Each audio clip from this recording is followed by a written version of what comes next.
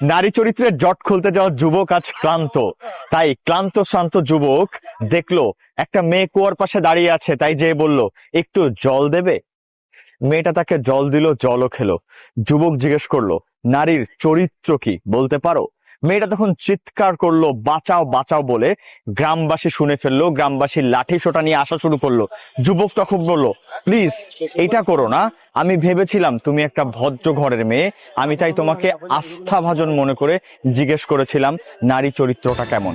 তত সময় চলে এসেছে গ্রামবাসী। মেয়েটি ঝটপট করে কুয়োর পাশে রাখা কলসির সমস্ত জল নিজের মাথার উপরে ঢেলে ভিজে যেয়ে গ্রামবাসীকে বলল, আমি পড়ে গিয়েছিলাম কুয়োতে, এই ছেলেটাই আমাকে বাঁচিয়েছে, সে না থাকলে হয়তোবা আমি মারা যেতাম। গ্রামবাসী শুনে খুব খুশি হলো, তাকে পুরস্কৃত করলো, সম্মান জানালো। গ্রামবাসী চলে যাওয়ার পর মেয়ে বলল, বুঝেছো তো, নারী চরিত্র